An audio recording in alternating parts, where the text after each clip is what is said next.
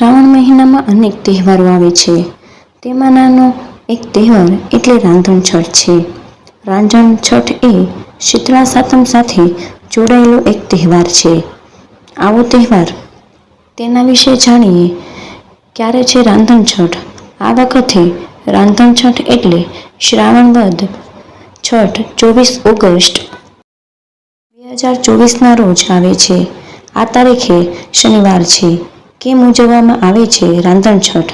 ખાતરી કરો કે રાંધણછઠ પર તમામ રસોઈ પૂર્ણ થઈ ગઈ છે, કારણ કે શીતળા સાતમ પર રસોઈ પર પ્રતિબંધ છે. અગાઉથી વિવિધ વાનગીઓ તૈયાર કરો અને તેને યોગ્ય રીતે સ્ટોર કરો. રાંધણછઠ એ શીતળા સાતમ સાથે જોડાયેલો તહેવાર છે.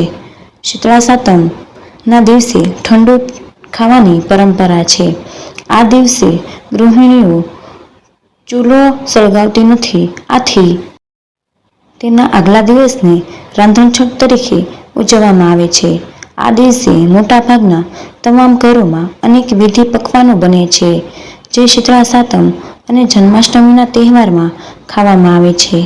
એવું કહેવાય છે કે ભગવાન કૃષ્ણના મોટા ભાઈનો જન્મદિવસ રાંધણછઠના દિવસે થયો હતો.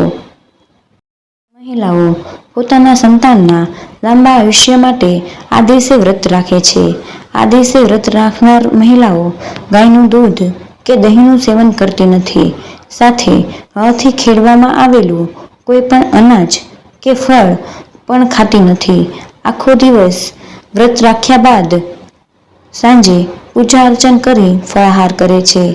આવી અનેક ટિપ્સ, તહેવાર અને વાસ્તુશાસ્ત્ર અને વાસ્તુદોષને લગતી ટિપ્સ જાણવા માટે અમારી ચેનલને શેર અને સબસ્ક્રાઇબ કરો. મળીએ એક નવા વિડીયોમાં. ત્યાર સુધી જય શ્રી કૃષ્ણ. ધન્યવાદ. રાધે રાધે.